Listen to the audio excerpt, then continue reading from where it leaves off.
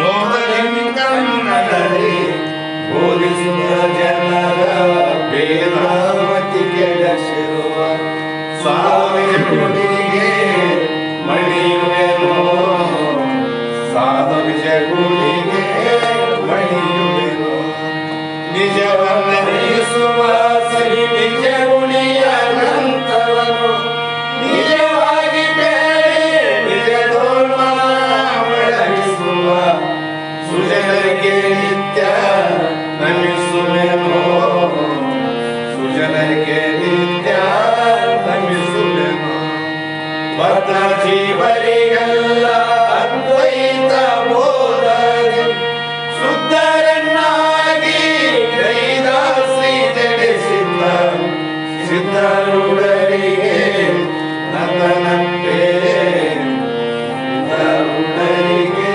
ನತನಂತೆ ಬಾಳ ಬಲ ವೇದಾಂತ ಕೇಸರಿ ಬಾಳ ಗಜ್ಜನೆ ಕೇಳುವ ತನಕ ಬಾಳ ಕೂದಲಿರುವರೆ ಶಾಸ್ತ್ರ ಎಂಬುವ ನರಿಗಳು ಬಾಳ ಶಕ್ತಿಯ ಶುಭಗರ್ಜನೆ ಬಾಳ ಕೇಳಿದ ಬಳಿಕ ಭೂಗವು ಬಾಳ ಕೇಳಲು ಬೇಕು ವೇದಾಂತೆಂಬ ಶಾಸ್ತ್ರಗಳು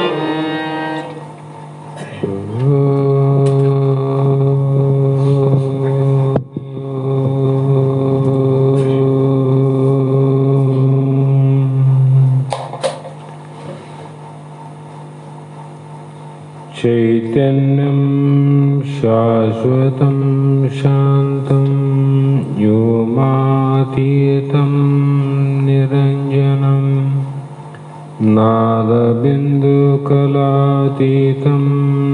तस्मै श्रीगुरुवे नमः। जगदादि जगद्गुरु अद्वैत सार्वभौम ಸದ್ಗುರು ಸಿದ್ಧಾರೂಢ ಮಹಾಸ್ವಾಮಿಗಳ ಶ್ರೀಪಾದ ಪದ್ಮಗಳಿಗೂ ಶ್ರೋತ್ರಿಯ ಬ್ರಹ್ಮನಿಷ್ಠರು ಸದ್ಗುರು ಶಿವಪುತ್ರ ಮಹಾಸ್ವಾಮಿಗಳ ಶ್ರೀಪಾದಗಳಿಗೂ ಶ್ರೋತ್ರಿಯ ಬ್ರಹ್ಮನಿಷ್ಠ ಬ್ರಹ್ಮಲೀನ ನಿರಂತರ ಜ್ಞಾನದಾಸೋಹಿ ಸದ್ಗುರು ಬಸವಾನಂದರ ಚರಣ ಕಮಲಗಳಿಗೂ ಅನಂತ ದೀರ್ಘ ದಂಡ ಪ್ರಣಾಮಗಳನ್ನು ಸಮರ್ಪಿಸುತ್ತ ಸದ್ಗುರು ಸಿದ್ಧಲಿಂಗಪ್ಪ ತಾತ ಕಪಗಲ್ ಇವರನ್ನು ಮನದೋಳು ಪೂಜಿಸುತ್ತ ತಮ್ಮೆಲ್ಲರಿಗೂ ವಂದಿಸುತ್ತ ಈ ದಿನ ಶ್ರೀಮದ್ ಭಗವದ್ಗೀತೆ ಎನ್ನುವ ಗ್ರಂಥದ 7ನೇ ಅಧ್ಯಾಯದ 2ನೆಯ ಶ್ಲೋಕ ಇಂದಿನ ಆಧಾರದ ವಿಷಯವಾಗಿದ್ದು, ಯಾವಾಗಲೂ ನಮ್ಮ ಸ್ವರೂಪ ಹೇಗಿದೆ ಅಂದರೆ ಅದು ನಾನೇ ನಾನಾಗಿದ್ದು ಅನ್ಯವನ್ನು ಹುಡುಕಿದಂತೆ. ಆ ಕಾರಣದಿಂದ ನೀನು ಜನನ ಮತ್ತು ಮರಣ ವಿಕಾರ ರಹಿತವಾಗಿರುವಂಥ ಏಕಂ ಏವಂ ಅದ್ವಿತೀಯ ಪರಬ್ರಹ್ಮವೇ ನಾವಿದ್ದೀವಿ. ಅದು ಹೇಗಿದೆ ಅಂದರೆ ಪರೋಕ್ಷವಾಗಿರುವುದಲ್ಲ, ಅಪರೋಕ್ಷವಾಗಿ ಇರೋದು. ಪರೋಕ್ಷವಾಗಿ ಅಂದರೆ ನನ್ನ ಬಿಟ್ಟು ಇನ್ನೊಂದು ಕಡೆ ಯಾವುದನ್ನ ಇತ್ತು ಅದು ಅನುಭವಕ್ಕೆ ಬಂತು ಅಂದರೆ ಅದು ಪರೋಕ್ಷ ಜ್ಞಾನವಿನ ಅಪರೋಕ್ಷ ಜ್ಞಾನ ಅಲ್ಲ. ಹಾಗಾಗಿ ಈ ಜ್ಞಾನ ಅನ್ನುವಂಥದ್ದು ಹೇಗಿದೆ ಅಂದರೆ ಇದು ವಿಜ್ಞಾನವೂ ಹೌದು, ಜ್ಞಾನವೂ ಹೌದು. ಹೀಗೆ ಒಂದು ನಾಣ್ಯದ 2 ಮುಖಗಳಿದ್ದಂತೆ ಬ್ರಹ್ಮನಿಗೂ ಮತ್ತು ಜಗತ್ತಿಗೂ ಅಷ್ಟು ಸಾಮ್ಯತೆ ಸಂಬಂಧ. ಅದಕ್ಕಾಗಿ ಬೇರೆ ಬೇರೆ ನೀನು ಯಾವುದಾದ್ರೂ ತಿಳಿದುಕೊಳ್ಳುವ ಪ್ರಯತ್ನ ಮಾಡುವುದಕ್ಕಿಂತ ಯಾವುದನ್ನು ತಿಳಿದುಕೊಂಡರೆ ಎಲ್ಲವನ್ನ ತಿಳಿದಂತಾಗುತ್ತದೆಯೋ ಅಂಥದ್ದು ಒಂದನ್ನು ತಿಳಿದರೆ ಸಾಕು ಅಂತ ಮಹಾತ್ಮರ ಉಪದೇಶ. ಒಂದು ತಿಳಿಬೇಕು. ಮೂಲ ಯಾವುದು ಅಂದರೆ 3 ಕಾರಣಗಳಲ್ಲಿ ಉಪಾದಾನ ಕಾರಣ ಉಂಟು, ಸಹಕಾರಿ ಕಾರಣ ಉಂಟು, ನಿಮಿತ್ತ ಕಾರಣ ಉಂಟು. ಆ ಸಹಕಾರಿ ಕಾರಣವನ್ನು ತಿಳಿಯಬಹುದು, ನಿಮಿತ್ತ ಕಾರಣವನ್ನು ತಿಳಿಯಬಹುದು. ಆದರೆ ಎಲ್ಲಕ್ಕೂ ಉಪಾದಾನ ಕಾರಣ ಅದು ಒಂದು ತಿಳಿದರೆ ಸಾಕು. ಅದರಿಂದ ತೋರುವ ಎಲ್ಲ ವಸ್ತುಗಳು ಅದರ ಸ್ವರೂಪವೇ ಇರಬೇಕು ವಿನಃ ಮತ್ತೊಂದು ಸ್ವರೂಪ ಆಗೋದಿಲ್ಲ. ಮಣ್ಣಿನಿಂದ ಹುಟ್ಟಿದಂತಹ ಮಡಿಕಾದಿಗಳೆಲ್ಲವೂ ಮಣ್ಣಿನ ಸ್ವರೂಪಗಳು ನೋಡ್ರಿ. ಮಣ್ಣು ಬಿಟ್ಟು ಮಡಿಕೆ ಇಲ್ಲ, ಹೊನ್ನು ಬಿಟ್ಟು ಒಡವೆ ಇಲ್ಲ, ಅದು ತೊಡುಗೆಗಳಿಲ್ಲ, ತನ್ನ ಬಿಟ್ಟು ದೇವರಿಲ್ಲ. ಹಾಗಾಗಿ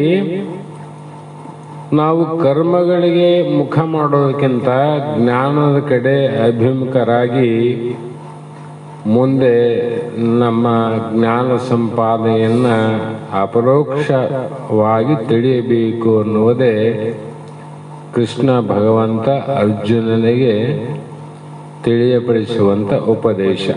ಈ 2ನೇ ಶ್ಲೋಕದಲ್ಲಿ ಮಹಾತ್ಮರು ಏನು ಹೇಳ್ತಾರಂದ್ರೆ, ಇಲ್ಲಿ ಜ್ಞಾನಂ ತೇ ಅಹಂ ಸವಿಜ್ಞಾನಂ ಇದಂ ವಕ್ಷ್ಯಾಮಿ ಅಶೇಷತ ಯತ್ ಜ್ಞಾತ್ವಾ ನ ಇಹ ಭೂಯ ಅನ್ಯತ ಜ್ಞಾತವ್ಯಂ ಅಂತ ಇಲ್ಲಿ ಉಪದೇಶ ಮಾಡ್ತಾರೆ. ಅರ್ಥ ಏನಂದ್ರೆ, ಕರ್ಮವನ್ನ ಮಾಡುವವನು ನೀನಾದರೂ ಕೂಡ ಆ ಕರ್ಮದ ರಹಸ್ಯವನ್ನ ತಿಳಿದುಕೊಂಡು ಮಾಡಿದರೆ ಅದು ಕೂಡ ಕರ್ಮಯೋಗ ಆಗ್ತದೆ. ಕರ್ಮವನ್ನು ಮಾಡೋದಕ್ಕೆ ಬೇಡ ಅಂತ ಹೇಳಂಗಿಲ್ಲ ಮಹಾತ್ಮರು. ಮಾಡು, ಅದರ ರಹಸ್ಯವನ್ನು ತಿಳ್ಕೊ. ಕರ್ಮದಿಂದ ನಿನಗೆ ಆಗುವಂಥ ಪ್ರಯೋಜನ ಏನಾದ, ಕರ್ಮವನ್ನು ಹೇಗೆ ಮಾಡಬೇಕು, ಕರ್ಮದಲ್ಲಿ ಭೇದ ಅದು ಅಭೇದ ಅದು ಅನ್ನುವ ವಿಚಾರವನ್ನು ತಿಳಿದುಕೊಂಡು ಕರ್ಮವನ್ನು ಮಾಡೋ ಅಂತ ಹೇಳ್ತದೆ. ಅದು ಹೇಗೆ ಮಾಡೋ ಅಂದ್ರೆ ಬ್ರಹ್ಮಾರ್ಪಣ ಬುದ್ಧಿಯಿಂದ ಅಂತ ಮಹಾತ್ಮರು ಹೇಳ್ಯಾರ. ಯಾಕಂದ್ರೆ ನಾವೆಲ್ಲ ಕರ್ಮವನ್ನು ಮಾಡ್ತೀವಿ ಅಂದ್ರೆ ಈ ಎಲ್ಲ ಕರ್ಮಗಳಿಗೆ ಅಧ್ಯಕ್ಷ ಯಾರು ಅಂದ್ರೆ ಅವನೇ ಭಗವಂತ, ಅವನೇ ಪರಮಾತ್ಮ, ಅವನೇ ಬ್ರಹ್ಮ. ಅದಕ್ಕೆ ನೀನು ಆಡಿಸದಂತೆ ನಾನು ಆಡುವನೆಯ ಅಂತ ಕೆಲವು ಮಂದಿ ಹೇಳಿದರು. ನಮ್ಮ ಮನಸ್ಸಿಗೆ ಬಂದಂಗೆ ಆಡಬೇಕಂತ ಬಹಳ ಪ್ರಯತ್ನ ಮಾಡೀವಿ. ಜ್ಞಾನಿಗಳನ್ನು ಬಿಟ್ಟರೆ, ಮಹಾತ್ಮರನ್ನು ಬಿಟ್ಟರೆ ತಾವು ಆಡಿಸಿದಂಗೆ ಯಾರೂ ಆಡಿ ಹೋಗಿಲ್ಲ. ಆಡಬೇಕೆಂಬ ಆಸೆ ಒಂದು, ಅದು ಆಡುವುದು ಮತ್ತೊಂದು. ಹಾಗಾಗಿ ಇದು ಪರಬ್ರಹ್ಮ ಜ್ಞಾನವು ಎಲ್ಲಿದೆ ಅಂತ ಹೇಳಿದರೆ, ಆ ಪರಬ್ರಹ್ಮ ಜ್ಞಾನವು ಎಲ್ಲಿಯೋ ಪರೋಕ್ಷದಲ್ಲಿ ಇದೆ ಎಂದು ತಿಳಿಯಬಾರದು. ಏಕೆಂದರೆ ಮೂಲದಲ್ಲಿ ಇದಂ ಜ್ಞಾನಂ ಅಂತ ಹೇಳಿರುವುದರಿಂದ ನಾವು ಕರ್ಮವನ್ನು ಮಾಡ್ತೇವಲ್ಲ, ಕರ್ಮ ಮಾಡಿದ್ಮೇಲೆ ವಿಚಾರ ಮಾಡ್ತೇವೋ, ವಿಚಾರ ಮಾಡಿ ಕರ್ಮ ಮಾಡ್ತೇವೋ ಅಂದರೆ ಕರ್ಮಕ್ಕೆ ಮೂಲ ಯಾವುದು? ಜ್ಞಾನ ಅಂತಲೇ ಅರ್ಥ ಆಯ್ತಲ್ಲ. ಕರ್ಮಕ್ಕೆ ಮೂಲ ಜ್ಞಾನ, ಉಪಾಸನೆಗೆ ಮೂಲ ಜ್ಞಾನ. ಹಾಗಾಗಿ ಅಂತಃಕರಣ ವೃತ್ತಿಗೆ ಸಂಬಂಧಪಟ್ಟದ್ದು ಜ್ಞಾನ ಅಲ್ಲ. ಅಂತಃಕರಣ ವೃತ್ತಿಗಳವಲ್ಲ, ಮನೋವೃತ್ತಿಗಳು. ಆ ವೃತ್ತಿಗಳ ಸಾಧನೆಗಾಗಿ ಸಂಬಂಧಪಟ್ಟಂಥದ್ದು ಜ್ಞಾನ ಅಲ್ಲ. ಇದು ಸತ್ವಗುಣವು ವಿಷಯಗಳನ್ನು ತಿಳಿದುಕೊಳ್ಳುವುದರಿಂದ ಅದಕ್ಕೆ ವೃತ್ತಿ ಜ್ಞಾನವೆನ್ನುತ್ತಾರೆ. ಈ ರೀತಿ ವೃತ್ತಿ ಜ್ಞಾನವು ಯಾವಾಗಲೂ ವಿಕಾರಿ. ಎಲ್ಲಿ ವೃತ್ತಿ ಅದ, ವೃತ್ತಿ ಜೊತೆಗೆ ಜ್ಞಾನ ಅದಂದರೆ ಅವೆಲ್ಲ ವಿಕಾರಿಗಳೇ ವಿನಃ ಅವಿಕಾರಿ ಯಾವುದು ಅಂತ ಹೇಳಿದರೆ ಉಪನಿಷತ್ತುಗಳಲ್ಲಿ ಸತ್ಯಂ ಜ್ಞಾನಂ ಅನಂತಂ ಅಂತ ಹೇಳ್ಯಾರ. ಹಾಗಾಗಿ ಅನಂತ ಆದದ್ದು ಯಾವುದು ಅಂತ ಬಿಡಲಿಲ್ಲ, ಅದೇ ಅನಂತ ಬ್ರಹ್ಮ ಅಂದರು, ಆ ಬ್ರಹ್ಮನೇ. ಹಾಗಾಗಿ ಜ್ಞಾನವು ಸತ್ಯವಾದದ್ದು, ಅದು ವಿಕಾರರಹಿತವಾದದ್ದು, ಅದು ಮನೆಯೊಳಗಿನ ದೀಪ ಮನೆಯನ್ನು ಬೆಳಗಿದಂತೆ. ಮನೆ ಒಳಗಿರುವಂಥ ಈ ದೀಪದ ಮನೆ ಒಳಗೆ ಇರುವ ಎಲ್ಲವನ್ನೂ ಬೆಳಗ್ತದಲ್ಲ, ಅದರಂತೆ ಜ್ಞಾನ ಕೂಡ ಹೇಗಿದೆ ಅಂದರೆ ಅಂತಃಕರಣ ವೃತ್ತಿಗಳನ್ನು ಬೆಳಗುತ್ತದೆ. ಅದು ಮನಸ್ಸಿನ ವೃತ್ತಿ, ಏನು ಸಂಕಲ್ಪ ಮಾಡಿದಿ, ಏನು ವಿಕಲ್ಪ ಮಾಡಿದಿ ಅದನ್ನು ತಿಳಿಯೋದು. ಅದು ಸಂಕಲ್ಪ ವಿಕಲ್ಪ ಮಾಡೋದಲ್ಲ, ಸಂಕಲ್ಪ ವಿಕಲ್ಪ. ಮನಸ್ಸು ಅಂತ ಅರ್ಥ ಮಾಡಿದಾಗ ನಮ್ಮೆಲ್ಲರಿಗೂ ಉತ್ಪತ್ತಿ ಆಗುವಂಥ ಮನಸ್ಸಿನ ಗುಣ ಏನಾದಂದ್ರೆ ಸುಖ ಮತ್ತು ದುಃಖ. ಸುಖ ದುಃಖ ನಿನಗಾಗುವಂಥ ಸುಖ ದುಃಖಗಳನ್ನು ಆ ಜ್ಞಾನ ಬೆಳಗ್ತದೆ ವಿನ ಅದು ಸುಖ ದುಃಖ ಸಂಬಂಧ ಇಲ್ಲ. ಸಾಕ್ಷಿ ಅಂದ್ರೆ ಅಷ್ಟೇ. ನಮಗೆ ಅನುಭವ ಅಲ್ರಿ, ಅವತ್ತು ಎಷ್ಟು ಆನಂದ ಆಯ್ತ್ರಿ ಅಂತೀವಿ, ಕೆಲವೊಂದ್ಸಲ ಎಷ್ಟು ದುಃಖ ಆಯ್ತು ಅಂತೀವಿ. ಆನಂದ ಆದದ್ದನ್ನು ತಿಳಿದವನು ನೀನೇ, ದುಃಖ ಆದದ್ದು ತಿಳಿದವನು ನೀನೇ. ಆದರೆ ಆನಂದದಲ್ಲಿ ದುಃಖ ಇಲ್ಲ, ದುಃಖದಲ್ಲಿ ಆನಂದ ಇಲ್ಲ.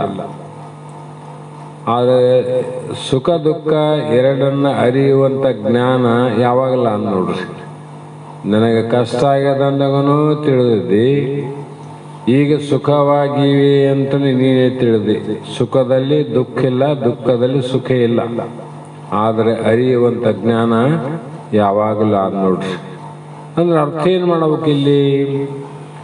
ಮನಸ್ಸಿನ ಸಂಕಲ್ಪ ವಿಕಲ್ಪ ಮತ್ತು ಮನಸ್ಸಿಗೆ ಆಗುವಂಥ ಕೆಲವೊಂದು ದುಃಖ ಕೆಲವೊಂದು ಸುಖ ಇವು ವಿಕಾರ ಆಗ್ತಾವಿಲ್ರಿ, ವಿಕಾರ ಆಗ್ತಾವ. ಆದ್ರೆ ಅವುಗಳನ್ನು ಅರಿಯುವಂಥದ್ದು ಅವಿಕಾರಿ ಆದ.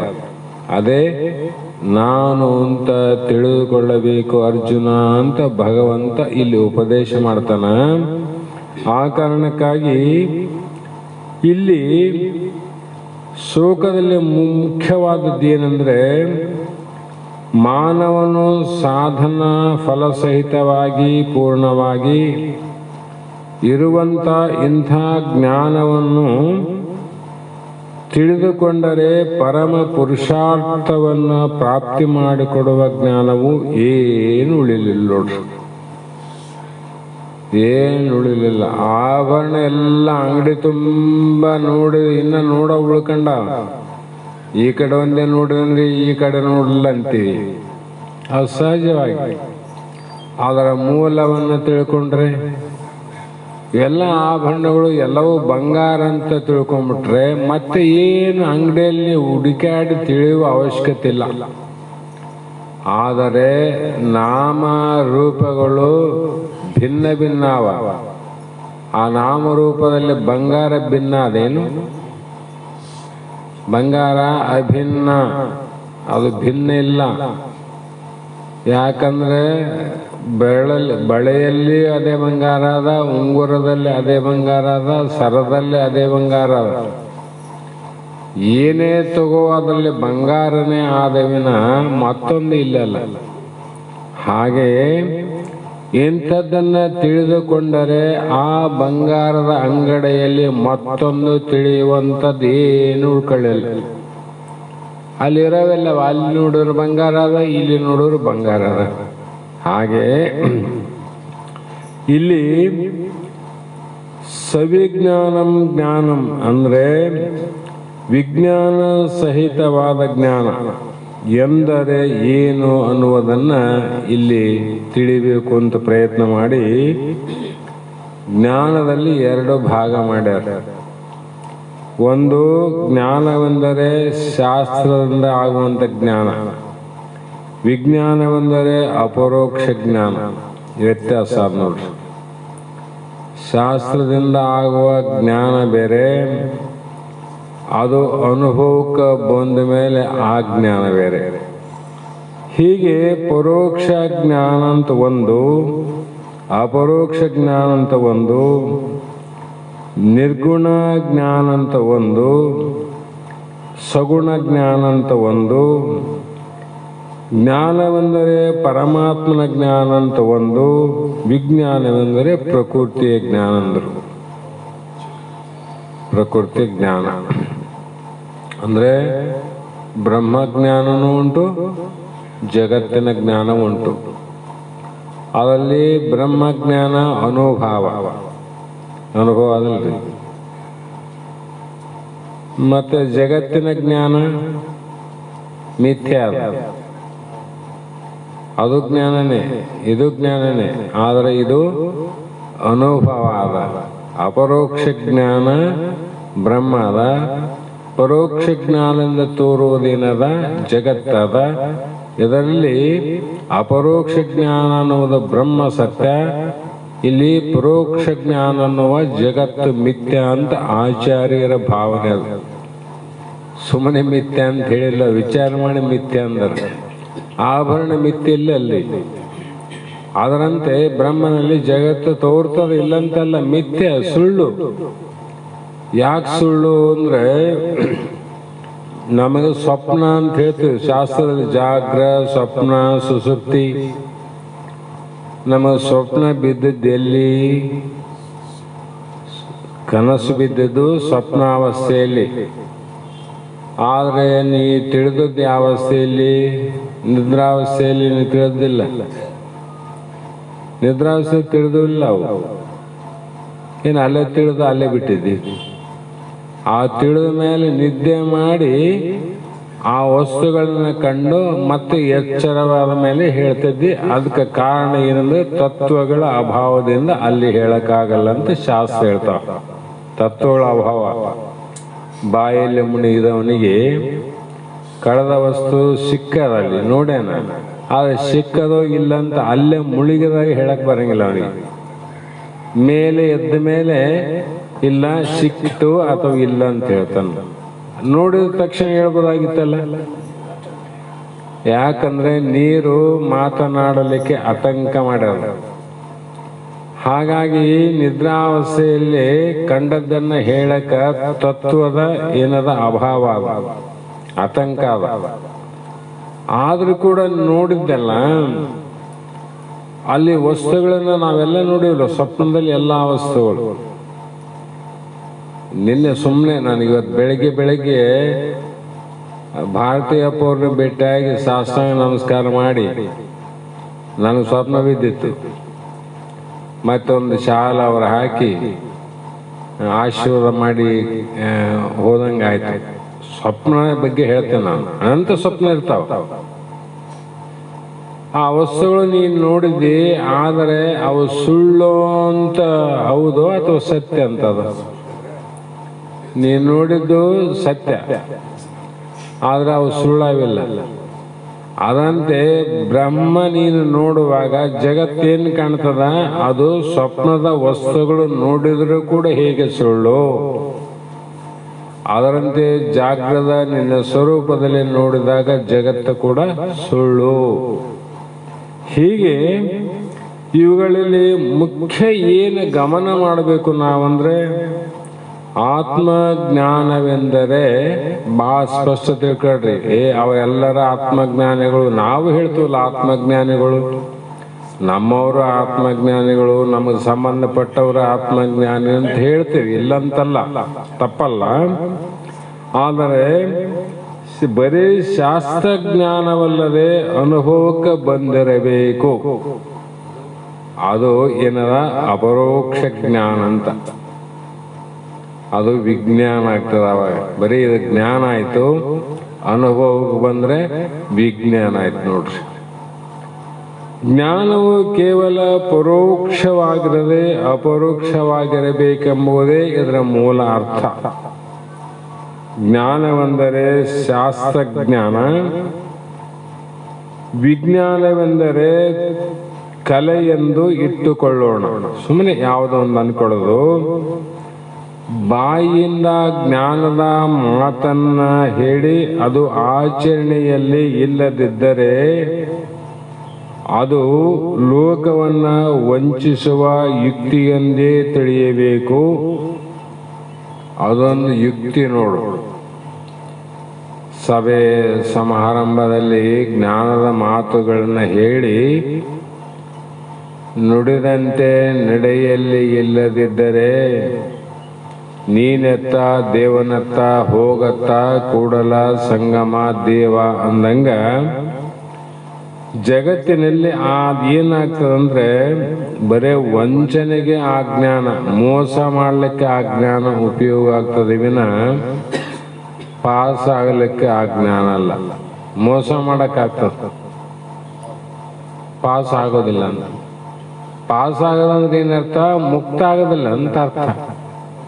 ಹಾಗಾಗಿ ಜ್ಞಾನಿಯು ಜ್ಞಾನವನ್ನ ಕೇವಲ ಅವನು ಆಡುವ ಮಾತುಗಳಿಂದ ಅಳೆಯದೆ ಅವನ ಆಚರಣೆಯಿಂದ ಅಳೆಯಬೇಕು. ಮಾತು ಆಡಲಿ ಮಾತಾಡದಲ್ಲಿ ಸದ್ಯ ನಮ್ಮ ವೇದಾಂತ ಸಂಪ್ರದಾಯದಲ್ಲಿ ಅದು ಸಿದ್ಧಾರೂಢ ಮಹಾಸ್ವಾಮಿಗಳ ವೈಯಾಕರಣಿ ಮೌನಿ ಎನ್ನುವಂಥ ಎರಡು ಜ್ಞಾನದ ಕಣ್ಣುಗಳೇನಾವ. ಅಲ್ಲಿ ಯಾರು ಶಿವಪುತ್ರ ಮಹಾಸ್ವಾಮಿಗಳು ಮತ್ತು ಮೌನ ಯೋಗಿ ಗುರುನಾಥರೂಢರು. ಗುರುನಾಥರೂಢರು ಮಾತಾಡಲಿಲ್ಲ, ಆಚರಣೆಯಲ್ಲಿತ್ತು ನೋಡ್ರಿ. ಇವತ್ತು ಸಮವಾಗಿ ಆರೂಢ ಜ್ಯೋತಿ ಶಿವಪುತ್ರ ಮಹಾಸ್ವಾಮಿಗಳಿಗೆ ಎಷ್ಟು ಪೂಜ್ಯತೆ ಇದೆಯೋ, ಮಾತನಾಡದೆ ತಮ್ಮ ದೇಹವನ್ನು ತ್ಯಾಗ ಮಾಡಿದಂಥ ಗುರುನಾಥರೂಢ ಮಹಾಸ್ವಾಮಿಗಳು ಕೂಡ ಅಷ್ಟೇ ಶ್ರೇಷ್ಠತೆ ಘನತೆ ನೋಡ್ರಿ, ಪೂಜ್ಯತೆ ಇದೆ ಮಾತಾಡರೇನವರು.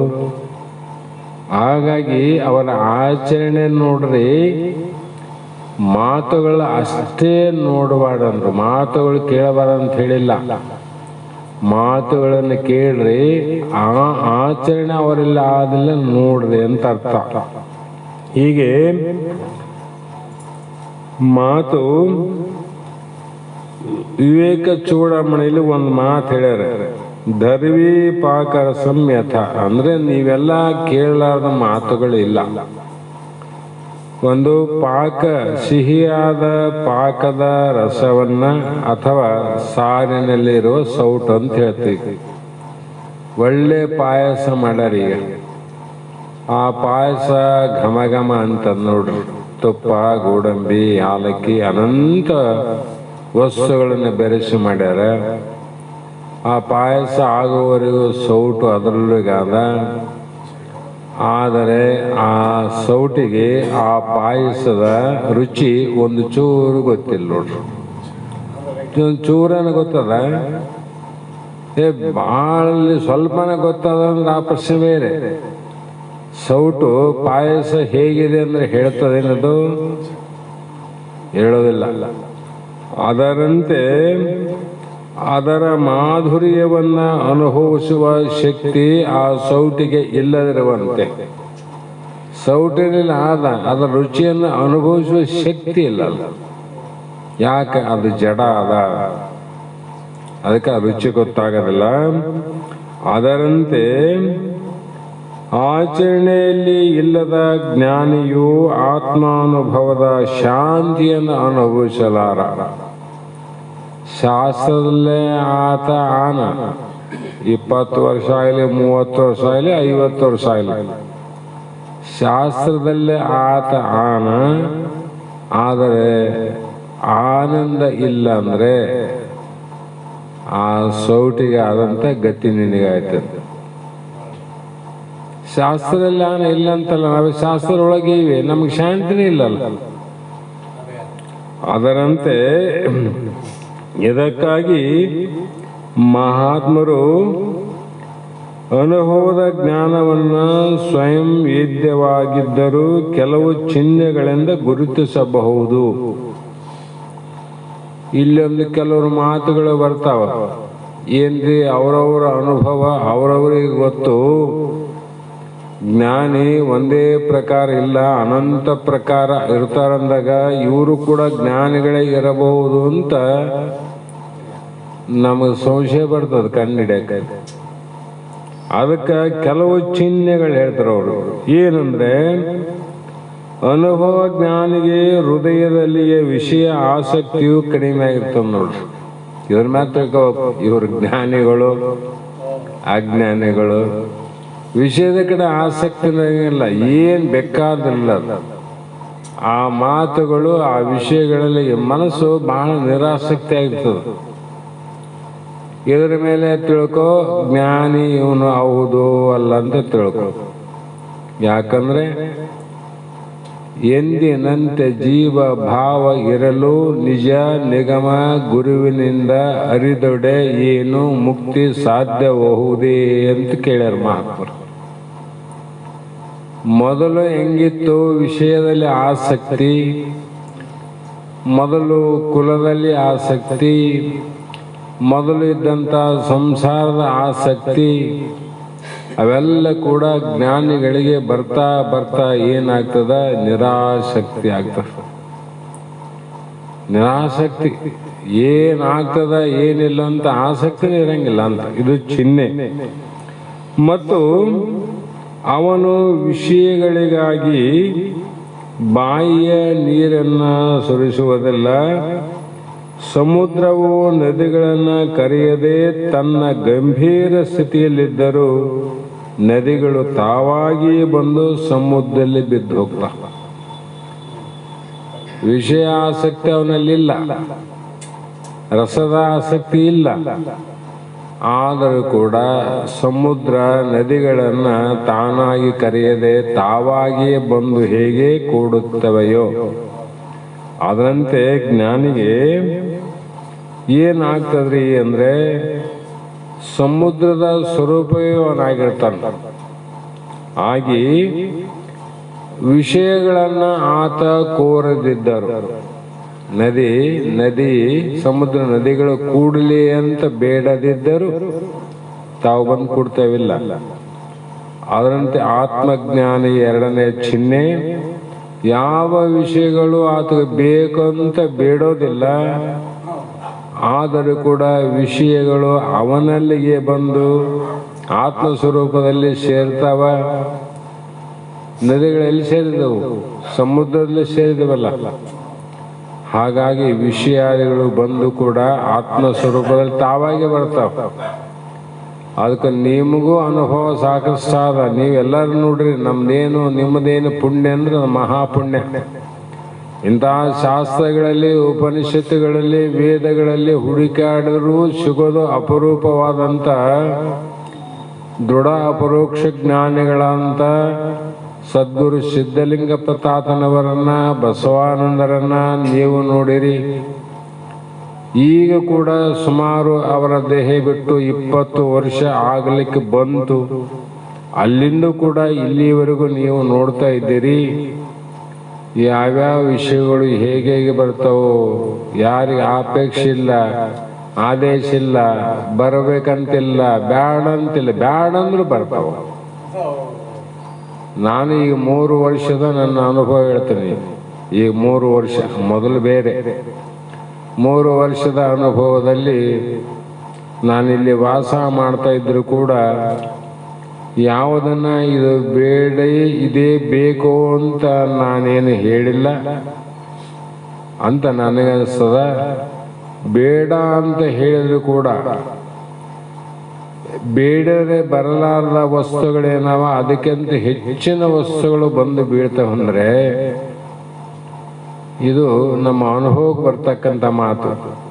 ಅದಕ್ಕಾಗಿ ಜ್ಞಾನ ಏನದಂದ್ರೆ ಪರೋಕ್ಷ ಜ್ಞಾನವೆಂದು ವಿಜ್ಞಾನವು ಅಪರೋಕ್ಷ ಜ್ಞಾನವೆಂದು ಹೇಳುವುದ ಅಭಿಪ್ರಾಯ ಏನಂದ್ರೆ ಜ್ಞಾನ ಯಾವಾಗಲೂ ಅಪರೋಕ್ಷವಾದರೂ ಜ್ಞಾನವನ್ನು ಧರಿಸಿ ಪ್ರಕಟ ಮಾಡುವ ಸಾಧನವಾದ ಅಂತಃಕರಣದಲ್ಲಿ ಅಸಂಭಾವನೆ ವಿಪರ್ಯಗಳೆಂಬ ದೋಷಗಳಿದ್ದರೆ ಅದು ತನ್ನ ಫಲವನ್ನು ಕೊಡದೆ ಪರೋಕ್ಷವಾದಂತೆ ತೋರುತ್ತದೆ. ಅದು ಅನಿಸ್ತದ ಅಷ್ಟೇ, ಆದರೆ ಆಗೋದಿಲ್ಲ. ಯಾಕಂದ್ರೆ ಅಂತಃಕರಣದಲ್ಲಿ ಅಸಂಭಾವನೆ ಅವಲ್ಲ. ಎಲ್ಲ ಕೇಳಿ ನಾನು ಬ್ರಹ್ಮ ಆಗೋದು ಹೇಗೆ ಸಾಧ್ಯಪ್ಪ, ನಾನು ಪರಮಾತ್ಮ ಆಗೋದು ಹೇಗೆ ಸಾಧ್ಯ, ಪ್ರತ್ಯಕ್ಷ ನಾನು ಈಗಿಲ್ಲ, ಇನ್ನ 3 ವರ್ಷ 4 ವರ್ಷ 10 ವರ್ಷ 50 ವರ್ಷ ಆದ್ರೂ ಕೂಡ ನಾ ಸಾಯ್ತೀನಿ ಅಂತ ನನಗೆ ದೃಢ ಜ್ಞಾನ ಅದ. ಆದ್ರೂ ಕೂಡ ಗುರುಗಳು ಶಾಸ್ತ್ರಗಳು ನೀ ಸಾಯೋದಿಲ್ಲ ಅಂತ ಅವು ಹೇಳ್ತವ. ಇದು ಎಂಥ ವಿಪರ್ಯಾಸ ಅನ್ನುವಂಥ ಭಾವ ಒಂದು ಚೂರು ಉಳಿದ್ರು ಕೂಡ ನಮಗೆ ಆನಂದವನ್ನು ಕೊಡೋದಿಲ್ಲ, ಮತ್ತೆ ದುಃಖ ಕೊಟ್ಟೆ ಹೋಗ್ತದೆ. ಅದಕ್ಕಾಗಿ ಇಲ್ಲಿ ಉದಾಹರಣೆ ಮೂಲಕ ತಿಳಿಬೇಕಾಗಿದ್ರೆ ಬಹಳ ಸಲ ಏನು ಹೇಳಿವೆ ಅದೇ ಇಲ್ಲಿ ಹೇಳುವಂತ ಮಾತು.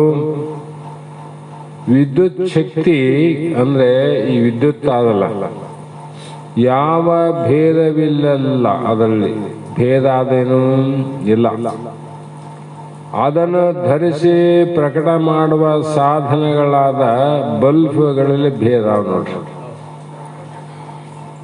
ಕರೆಂಟಲ್ಲಿ ಭೇದ ಅದೇನದು, ಅದನ್ನ ಪ್ರಕಟ ಮಾಡುವ ಉಪಾಧಿಗಳಲ್ಲಿ ಭೇದ ನೋಡ್ರಿ. ಟ್ಯೂಬ್ ಲೈಟ್ಗೆ ಭೇದ ಅದ, ಈ ಲೈಟ್ಗೆ ಭೇದ ಅದ, 0 ಲೈಟ್ಗೆ ಭೇದ ಅದ. ಅದರಂತೆ ಬಲ್ಬ್ಗಳಲ್ಲಿ ಗುಣದೋಷಗಳುಂಟು, ತಾರತಮ್ಯವೂ ಇರುವುದರಿಂದ ವಿದ್ಯುತ್ ಶಕ್ತಿ ಕೂಡ ಅದು ತಾರತಮ್ಯ ತೋರ್ತದೆ ನೋಡ್ರಿ. ಅದು ಕೂಡ ಬೇರೆ ಬೇರೆ ಕಾಣಿಸ್ತಿಲ್ಲ, ಅದು ಬೇರೆ ಬೇರೆ ಅದೇನು ಇಲ್ಲಿ ಬೇರೆ ಬೇರೆ ಹೆಂಗ್ ಕಾಣಿತವು ಅಂದ್ರೆ ಉಪಾಧಿಗಳಿಂದ ಪ್ರಕಟ ಮಾಡುವಾಗ ಉಪಾಧಿ ಬೇಕು. ಇದರಂತೆ ಉಪಾಧಿಯಾದ ಅಂತಃಕರಣ ದೋಷದಿಂದ ಜ್ಞಾನದಲ್ಲಿ ವ್ಯತ್ಯಾಸ ಕಂಡು ಬರಬಹುದು. ಉಪಾಧಿ ದೋಷದಿಂದ ಜ್ಞಾನದಲ್ಲಿ ವ್ಯತ್ಯಾಸ ಕಂಡು ಬರಬಹುದು.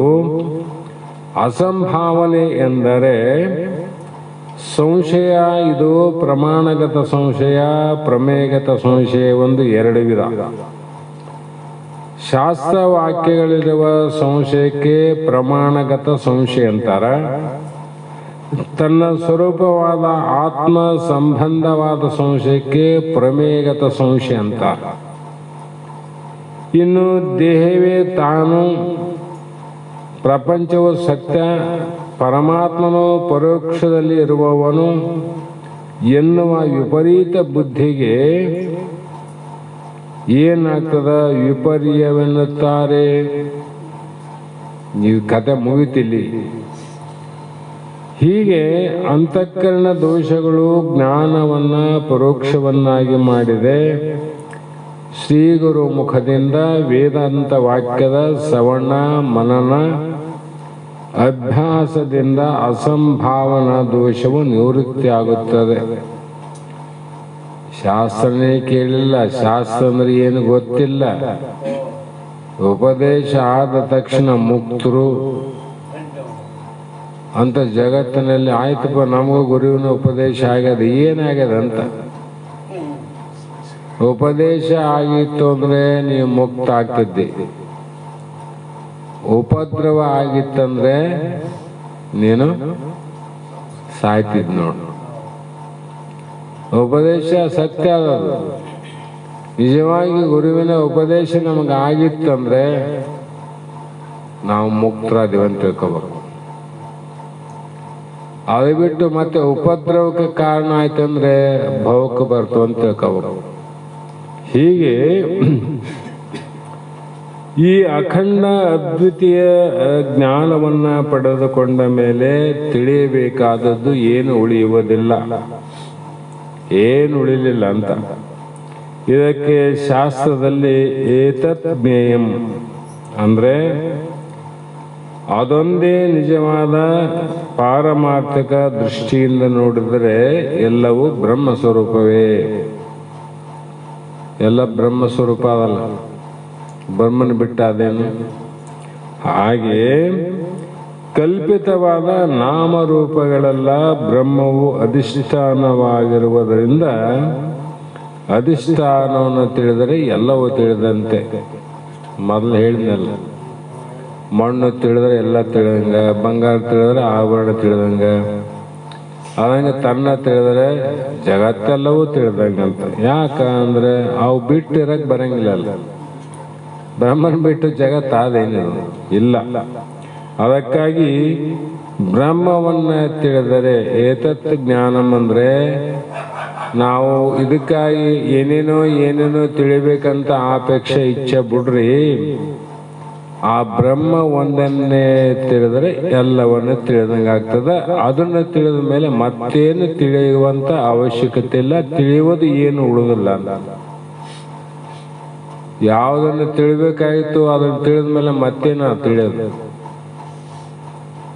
ಏನಿಲ್ಲ. ಹಾಗೆ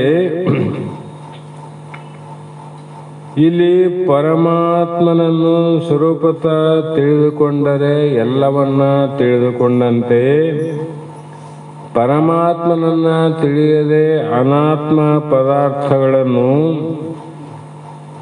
ನೀ ತಿಳ್ಕೋ ಪ್ರಯತ್ನ ಮಾಡು, ಇಲ್ಲಂತಲ್ಲ. ಒಂದೊಂದನ್ನೇ ತಿಳಿದುಕೊಳ್ಳುತ್ತಾ ಹೋದರೆ ಎಷ್ಟು ಕೋಟಿ ಜನ್ಮಗಳು ಎತ್ತಿದರೂ ಕೂಡ ತಿಳಿಯುವುದು ಮುಗಿಯುವುದಿಲ್ಲ, ಮುಗಿಲಿಲ್ಲ. ಅದಕ್ಕೆ ಸಾಮಾನ್ಯ ಗಣೇಶ ಮತ್ತು ಷಣ್ಮುಖನ ದೃಷ್ಟಾಂತ ಹೇಳ್ತಾರಲ್ಲ, ಈ ಭೂಮಿಯನ್ನ ಸುತ್ತುವರೆದು ಬರಬೇಕು, ಯಾರು ಮೊದಲು ಬರ್ತಾರೆ ಅವ್ರಿಗೊಂದು ಪಂಥವನ್ನು ಇಟ್ಟಿದ್ರು. ಷಣ್ಮುಖ ಬಹಳ ಹಗುರವಾಗಿದ್ದ, ಶುರು ಮಾಡಿದ ನೋಡ್ತಿಡಕ. ಇಲ್ಲಿ ವಾಹನ ಅದ, ಇವನು ಗಜಾನು ಏನ್ ಮಾಡಿದ, ಪರಮಾತ್ಮನೇ ಜಗತ್ತಿಗೆ ಆಧಾರ ಅಧಿಷ್ಠಾನಂದಾಗ ಅವನು ಸುತ್ತ ಹಾಕಿದ್ರೆ ಎಲ್ಲವೂ ಸುತ್ತ ಹಾಕಿದಂಗ ಅಂತ ತಿಳ್ಕೊಂಡು ಅವನು ಇನ್ನ 4 ಗಂಟೆ ಜೋಗಿದ್ದಿಲ್ಲ, ಆಗಲೇ ಗಜಾನನ ಆ ಪರಮಾತ್ಮ ಸುತ್ತ ಹೊರದು ಕುಂತ್ಬಿಟ್ಟು ನೋಡ್ರಿ. ಅವನ ಜ್ಞಾನ ವ್ಯತ್ಯಾಸ ಅದಿಲ್ಲ. ಹಾಗಾಗಿ ಅದು ತಿರುಗಿದ್ರೆ ಎಂದೂ ಮುಗಿಯೋದಿಲ್ಲ. ಅದು ನಿಷ್ಫಲ ಚೇಷ್ಟೆ ಮಾತ್ರ. ಅದಕ್ಕೆ ಬಹಳ ಮಂದಿ ಬಹಳ ತಿಳ್ಕೊಂಟಿವಲ್ಲ. ಎಲ್ಲ ಇಲ್ಲಿ ಈ ಲೋಕದಲ್ಲಿ ತಿಳಿಯುವುದು ನಾವೆಷ್ಟು ತಿಳ್ಕೊಂಡಿವಿ, ಈ ಲೋಕದಲ್ಲಿ ಎಷ್ಟು ತಿಳಿದು ನಾವು ಏನೋ ಒಂದು ಮನೆಯಲ್ಲಿ ಅಥವಾ ಒಂದು ಊರಲ್ಲಿ ಇರುವಂತ ಕೆಲವು ವಸ್ತುಗಳನ್ನ, ತಾಲೂಕಲ್ಲಿ ಇರುವ ಕೆಲವು ವಸ್ತುಗಳನ್ನ, ಜಿಲ್ಲಾದಲ್ಲಿರುವಂತ ಕೆಲವು ವಸ್ತುಗಳನ್ನು ನೋಡಿ. ಇನ್ನು ಎಷ್ಟು ವಸ್ತುಗಳಾವಂದ್ರೆ ಪದಾರ್ಥಗಳು ಲೆಕ್ಕಕ್ಕೆ ಇಲ್ಲ. ಅವೆಲ್ಲವನ್ನ ನೋಡಿ ಮುಗಿಸ್ಬೇಕಂತ ಈ ಜನ್ಮದಲ್ಲಿ ಮನೆ ಬಿಡು, ಮಾರು ಬಿಡು, ಟಂಕ ದುಡ್ಡು ಕಟ್ಟಿಕೊಂಡು ವಿಮಾನದಾಗ ತಿರುಗಾಡಿ ನೋಡಿದ್ರು ಕೂಡ ಮುಗಿಯೋದಿಲ್ಲ. ಇಲ್ಲಿದೆ ಎಷ್ಟೋ ಜನ್ಮಗಳಾದ್ರೂ ಮುಗಿಯೋದಿಲ್ಲ. ಮತ್ತಿನ್ನ ನರಕಲೋಕ ಸ್ವರ್ಗಲೋಕದ್ದು ಯಾವಾಗ ಮುಗಿತದೆ? ಅಲ್ಲಿಂದ ಬ್ರಹ್ಮಲೋಕ, ವಿಷ್ಣುಲೋಕ, ವೈಕುಂಠ ಅವಲ್ಲ. ಅವೆಲ್ಲವನ್ನ ತಿಳಿಬೇಕಾದ್ರೆ ಎಷ್ಟು ಜನ್ಮಗಳು ಅಂದ್ರೆ ಕೋಟಿ ಜನ್ಮ ಎತ್ತಿದರೂ ಕೂಡ ತಿಳಿಯೋದು ಸಾಧ್ಯವಿಲ್ಲ, ತಿಳಿಯಲಿಕ್ಕೆ ಮುಗಿಯೋದಿಲ್ಲ. ಹಾಗಾಗಿ ನಿಷ್ಕಲ ಚೇಷ್ಟೆ ಮಾತ್ರ, ಅದು ಒಂದು ಚೇಷ್ಟೆ ಅಂತ ಲೋಕದಲ್ಲಿ ಚೇಷ್ಟೆ. ಏನಕಂದ್ರೆ ರವಿ ಲೋಕದ ಚೇಷ್ಟೆಗೆ ಬೀಜ ಬಾರ್ದಂತೆ. ಹೆಂಗ ಸೂರ್ಯ ಜಗತ್ತಿನ ಕಾರ್ಯಗಳಿಗೆ ಬೀಜ ಯಾರೇ ಅಂದ್ರೆ ಸೂರ್ಯನೇ.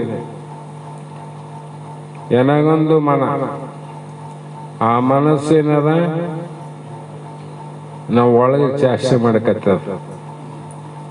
ಅದೊಂದು ಮನ ನಿಮ್ಮಲ್ಲಿ ಕೂಡ್ಬಿಟ್ರೆ ಇನ್ನೇನು ಮಾಡೋದು, ಚೇಷ್ಟೆ ಮಾಡಾವಿಲ್ಲ ಅಂತ ಕಟ್ಟಿ ಹಾಕಿದಂಗ. ಅದಕ್ಕಾಗಿ ಪ್ರಪಂಚವು ಯಾರಿಂದ ಹೊರಗೆ ಬಂದದ ಮೊದಲು ತಿಳ್ಕೊ. ಮಾವಿನ ಗಿಡ ಹೊರಗೆ ಬಂತು, ಮಣ್ಣಾಗಿತ್ತು, ಒಳಗ ಕಾಣಲಿಲ್ಲ, ಹೊರಗೆ ಬಂದದ. ಯಾರಿಂದ ಬಂದದ? ಯಾರೋ ತಿಂದವ್ರು ಯಾರು? ಅದು ಬೆಳೆದದ್ದು ಯಾವ ಗಿಡದಾಗ ಬೆಳೆದಾದ, ಹಣ್ಣನ್ನು ತಿಂದವ್ರು ಯಾರು ಗೊತ್ತಿಲ್ಲ. ಆಮೇಲೆ ನೆಲದಾಗ ಹಾಕಿದವ್ರು ಯಾರು ಗೊತ್ತಿಲ್ಲ. ಅವ್ರು ಯಾರು ಕಾಣ್ತಾರೆ ಅದ್ರಾಗ? ಅದು ಏನು ಕಾಣ್ತದ ಅಂದ್ರೆ ಅದಕ್ಕೆ ಮೂಲ ಮಾವಿನ ಬೀಜದಿಂದನೇ ಮರ ಹೊರಗೆ ಬಂದ ನೋಡ್ರಿ. ಮಾವಿನ ಬೀಜದಿಂದ ಮರ ಹೊರಗೆ ಬಂದದಿಲ್ಲ. ಅದೇ ರೀತಿ ಈ ಪ್ರಪಂಚ ಹೇಗೆ ಹೊರಗೆ ಬಂತು ಅಂದ್ರೆ ಪರಮಾತ್ಮನಿಂದನೇ ಹೊರಗೆ ಬಂದಿದೆ. ಪರಮಾತ್ಮನಿಂದ ಹೊರಗೆ ಬಂದದಿಲ್ಲ. ಅಧಿಷ್ಠಾನ, ಈಗ ಮಾವಿನ ಗಿಡಕ್ಕೆ ಅಧಿಷ್ಠಾನ ಮಾವಿನ ಬೀಜ, ಬೇವಿನ ಬೀಜ ಅಲ್ಲದು, ಮಾವಿನ ಬೀಜನೇ ಅಧಿಷ್ಠಾನ. ಮತ್ತೆ ಈ ಜಗತ್ತಿಗೆ ಕಾಣ್ತದಲ್ಲ, ಈ ಕಾಣುವ ಜಗತ್ತಿಗೆ ಅಧಿಷ್ಠಾನ ವಸ್ತು ಯಾವುದು? ಪರಬ್ರಹ್ಮ ಅಥವಾ ಪರಮಾತ್ಮ. ಆದ್ರೂ ಕೂಡ ನಾವು ಪರಮಾತ್ಮನೇ, ಇದು ಮಾವಿನ ಬೀಜದಿಂದನೇ ಮರ ಆಗದಂತ ತಿಳಿಬೇಕಾಗಿದ್ರೆ ವಿಚಾರ ಮಾಡ್ಬೇಕಷ್ಟೆ. ಯಾಕಂದ್ರೆ ಮರ ಆದಾಗ ಬೀಜ ಕಾಣಂಗಿಲ್ಲಲ್ಲ. ಬೀಜದಿಂದ ಮರ ಹುಟ್ಟ್ಯದ, ಬೀಜ ತುಂಬ ಮರ ತುಂಬ ಬರೀ ಬೀಜನೇ ಕಾಣಬೇಕಾಯ್ತು, ಹಣ್ಣು ಕಾಣಬಾರ್ದಾಗಿತ್ತು ನೋಡ್ರಿ. ಆವಾಗ ಒಪ್ತಿದ್ದೀವಿ ನಾವೆಲ್ಲರೂ. ಇಲ್ಲಪ್ಪ ಇದು ಬೀಜ, ಇದೇ ಬೀಜದಿಂದ ಮರ ಆಗ್ಯದ ಅಂತ ಹೇಳ್ಬೋದಾಗಿತ್ತಲ್ಲ. ಅದು ನಾಮರೂಪಗಳು ಕಾಣ್ತಾವ, ನಾಮರೂಪ ಕಾಣ್ತಾವ. ಕಂಡ್ರು ಕೂಡ ಅವೆಲ್ಲ ಮಿಥ್ಯೆ. ಕೊನೆಗೆ ಉಳಿಯೋದು ಯಾವುದು? ಮಾವಿನ ಬೀಜನೇ ಉಳಿತದೆ, ಸತ್ಯ. ಅದರಂತೆ ಉಪಾದಾನ ಕಾರಣವನ್ನು ತಿಳಿದುಕೊಂಡರೆ ಅದರಿಂದ ಹುಟ್ಟಿದಂಥ ಉಪಾಯದ ಕಾರ್ಯಗಳು ತಿಳಿದು ಬರುತ್ತವೆ. ಉಪಾದಾನ ಕಾರಣ ತಿಳಿಯಬೇಕು. ಕುಂಬಾರಿಗೆ ಉಪಾದಾನ ಕಾರಣ ಯಾವುದು? ಮಣ್ಣು. ಉಪಾಯದ ಕಾರ್ಯಗಳ್ಯಾವು? ವಸ್ತುಗಳು. ಅದ್ರ ಮುಚ್ಚು ಮಾಡ್ಯಾನ, ಮಗಿ ಮಾಡ್ಯಾನ, ಗಡಿಗೆ ಮಾಡ್ಯಾನ, ಅನಂತ ಮಾಡ್ಯಾನ ನೋಡ್ರಿ. ಅವೆಲ್ಲ ಉಪಾದಾನ ಕಾರಣ ಇದ್ರೂ ಕೂಡ ಉಪಾಯದಿಂದ ಬದಲಾವಣೆ ಆಗ್ಯಾವ. ಉಪಾಯದಿಂದ ಬದಲಾವಣೆ ಆದರೂ ಕೂಡ ಅದು ಮಣ್ಣು ಬಿಟ್ಟು ಮಡಿಕೆ ಅವೇನು? ಅದರಂತೆ ಪರಬ್ರಹ್ಮನ ಅಧಿಷ್ಠಾನದಲ್ಲಿ ಈ 84 ಲಕ್ಷ ಜೀವರಾಶಿಗಳು, 14 ಲೋಕಗಳು, 14 ಲೋಕದ ಜೀವಿಗಳು ಬೇರೆ ಬೇರೆ ಬೇರೆ ಬೇರೆ ಕಾಣ್ತಾವ ಉಪಾಯದಿಂದ. ಅಲ್ಲಿ ಬೇರೆ ಕುಂಬಾರನ ಉಪಾಯ ಅದು, ಗಡಿಗೆ ಹೆಂಗ್ ಮಾಡ್ಬೇಕು, ಮುಚ್ಚಲು ಹೆಂಗ್ ಮಾಡ್ಬೇಕು. ಅದಂಗ ಪರಮಾತ್ಮ ಉಪಾಯ ಏನಂದ್ರೆ, ಪರಮಾತ್ಮ ಏನು ಉಪಾಯ ಮಾಡ್ಯಾನ ಅಂದ್ರೆ ನಮ್ಮ ಕರ್ಮಗಳ ಉಪಾಯದಿಂದ ಅವು ಬೇರೆ ಬೇರೆ ಮಾಡ್ಯಾನ ನೋಡ್ರಿ. ನಾವು ಮಾಡಿದ ಕರ್ಮಗಳೇನವ, ಆ ಕರ್ಮಗಳಿಗೆ ತಕ್ಕಂತೆ ಬೇರೆ ಬೇರೆ ಬೇರೆ ಇದ್ರು ಕೂಡ ಇವೆಲ್ಲ ಮಿಥ್ಯೆ. ಇರುವೆ ಸಾಯ್ಬೇಕು, ಆನೆ ಸಾಯ್ಬೇಕು, ಹುಲಿ ಸಾಯ್ಬೇಕು, ಒಂಟಿ ಸಾಯ್ಬೇಕು, ಎಲ್ಲವೂ ಜಾತಸ್ಯ ಮರಣಂ ಧ್ರುವಂ. ಜಗತ್ತಿನಲ್ಲಿ ಯಾವ ಹುಟ್ಟ್ಯಾವಂದ್ರೆ ಒಂದಿಲ್ಲ ಸಾಯ್ಬೇಕಲ್ಲ. ಆದ್ರೆ ಸಾಯೋದು ಸತ್ಯ ಅದ, ಗುರಿ ಮುಟ್ಟಿ ಸಾಯಿ ಅಂದ್ರ ಮಹಾತ್ಮರು. ನೀನು ಯಾವುದಕ್ಕಾಗಿ ಹುಟ್ಟಿ ಬಂದಿದ್ದೆ ಅದನ್ನು ಮುಟ್ಟಿ ಸಾಯಿ ನೀನು. ಸಂಸಾರದಲ್ಲಿ ಬಹಳ ಅನುಭವ ಅವ. ಅವನ ಮನೆ ಕಟ್ಸಕತ್ತಿದ್ದ, ಅರ್ಧ ಆಗಿತ್ತು, ಅಷ್ಟರೊಳಗೆ ಸತ್ತೋದ್ ನೋಡ್ರಿ. ಏನಂತಾರೆ ಮಂದಿ?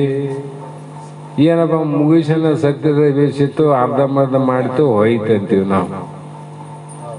ಅರ್ಧ ಮಾಡಿ ಸತ್ತೋದ್ರೆ ಅದೇ ಮನೆಯವರೇ ಕಲ್ಲು ಹಾಕ್ತಾರೆ. ಪೂರ್ಣ ಮಾಡಿ ಸತ್ರೆ ಕೊಂಡಾಡ್ತಲ್ಲಿ ಮನೆ. ಯಾಕಂದ್ರೆ ಒಂದು ಕೆಲಸ ಆಯ್ತಲ್ಲ ಅಂತ. ಅದಕ್ಕೆ ನಾವು ಅರ್ಧಂಬರ್ಧ ಮಾಡಿ ಸತ್ರೆ ನಮಗೆ ಇಲ್ಲಿ ಏನಾಗ್ತದಂದ್ರೆ ಸಂಸಾರಿಕರು ಬೇಸಂತಾರ. ಅವ್ರಿಗೇನು ಗೊತ್ತಿಲ್ಲಲ್ಲ. ಆದ್ರೆ ಜ್ಞಾನಿಗಳು ಅರ್ಧಂಬರ್ಧ ಮಾಡಿ ಸತ್ತು ನೋಡಪ್ಪ ಅಂತ ಜ್ಞಾನಿಗಳಂತ. ಯಾಕಂದ್ರೆ ಯಾವುದಕ್ಕಾಗಿ ಹುಟ್ಟಿವಿ, ಏನು ಮಾಡಕತ್ತೀವಿ ಅದನ್ನು ಮುಟ್ಟಿಲ್ಲಲ್ಲ. ಹಾಗಾಗಿ ಇಲ್ಲಿ ಕೂಡ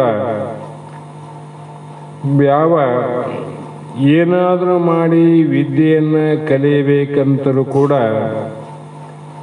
ಪ್ರಾರಬ್ಧ ಕರ್ಮ ದೋಷದಿಂದಲೋ ಅಥವಾ ತಂದೆ ತಾಯಿಗಳ ಅಜಾಗರೂಕತೆಯಿಂದಲೋ 12 ವರ್ಷವಾದರೂ ಉಪನಯನಾದ ಸಂಸ್ಕಾರವನ್ನು ಮಾಡಿಕೊಳ್ಳದೆ ವಿದ್ಯೆಯನ್ನು ಕಲಿಯದೆ ಪಶುವಿನಂತೆ ಬೆಳೆಯುತ್ತಿದ್ದ ಯಾರು ಅಂತ ಪ್ರಶ್ನೆ ಮಾಡಿದರೆ ಅಲ್ಲಿ ಉದ್ದಾಲಕನ ಮಹರ್ಷಿಗಳು ತನ್ನ ಮಗನಾದ ಶ್ವೇತಕೇತು 12 ವರ್ಷ ಆಯ್ತು ನೋಡ ಅವನಿಗೆ.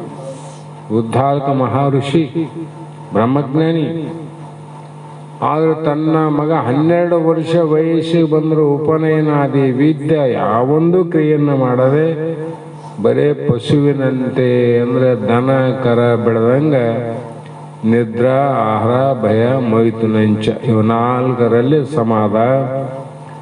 ಈ ರೀತಿ ಮಗನ ಅವಸ್ಥೆಯನ್ನ ನೋಡಿ ತಂದೆ ಆದಂಥ ಉದ್ದಾಲಕನ ಹೃದಯದಲ್ಲಿ ನಮ್ಮ ವಂಶದಲ್ಲಿ ಇಂಥವರು ಯಾರು ಹುಟ್ಟಿರಲಿಲ್ಲ, ಇವನಿಂದ ನಮ್ಮ ವಂಶಕ್ಕೆ ಕಳಂಕ ಬರುತ್ತದೆ ಅಂದ್ಕೊಂಡು ಏನಾದರೂ ಮಾಡಿ ವಿದ್ಯೆಯನ್ನು ಕಲಿಯಲು ಇವನ ಪ್ರೇರಣೆ ಮಾಡಬೇಕೆಂದು ಕಾಲ ನಿರೀಕ್ಷೆಯನ್ನು ಮಾಡ್ತಾ ಇದ್ದ.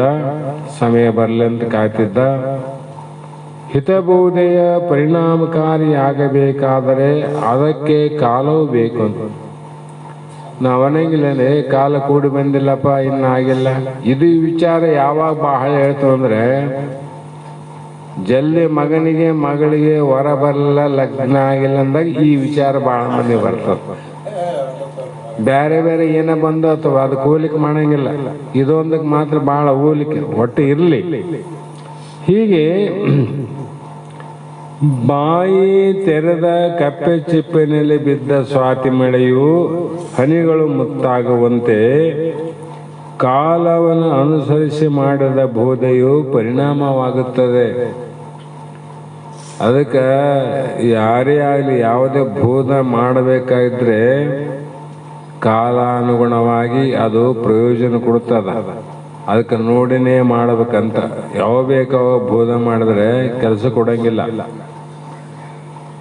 ಆಗ ಒಂದು ದಿವಸ ಮಗನು ತಂದೆ ಎದುರಿಗೆ ಬಂದು ನಿಂತಾಗ